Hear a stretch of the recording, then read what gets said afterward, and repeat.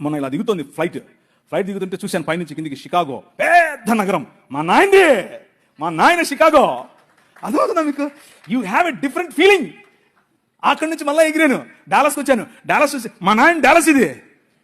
అర్థమవుతుందా మీకు? బండి తోలుకుంటూ వస్తా ఉంటే రాజమండ్రి, మా నాయన రాజమండ్రి ఇది.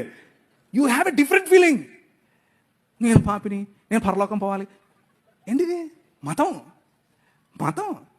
మతంలో పడి ఉంటే అలాగే ఉంటావు.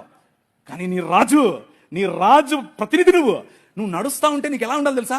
ఇది మా నాయనది, ఈ కాలేజ్ మా నాయనది, ఈ ఊరు మా నాయనది, ఈ దేశం మా నాయనది. ఆ ఫీలింగే వేరు. సుప్రీంకోర్టు మెట్లెక్కితే, నేను సుప్రీంకోర్టులో ఒక బిల్ వేసాను, ఒక రిట్ పిటిషన్ వేసాను. అంటే భారతదేశం మొత్తంలో కూడా యాంటీ కన్వర్షన్ బిల్ పెట్టాలి అని ఒకటి పెట్టేట్లే విద్యార్థి అని. ఆడికి వ్యతిరేకంగా నాకు సుప్రీంకోర్టు జడ్జి అడిగాడు, నీ లాయర్ అంటే, నాకెవరు లాయర్ లేరు సార్, నేనే అన్నాను. ఏంట్రా నువ్వే మాట్లాడుకుంటావు? మా నాయనదే సుప్రీంకోర్టు. అర్థమైందా మీకు? మా నాయనదే. My king still lives. నా రాజు ఇంకా బతికే ఉన్నాడు. ఎవరికి భయపడింది నేను? ఆ కాన్ఫిడెన్స్ వేరు, ఆ లైఫ్ స్టైల్ వేరు. నువ్వు నడుస్తా ఉంటే కుక్క నడుస్తుంది, సింహం నడుస్తుంది, తేడా తెలుస్తుంది కదా. యు ఆర్ ద కింగ్, ఎందుకంటే మీ నాయన కింగ్.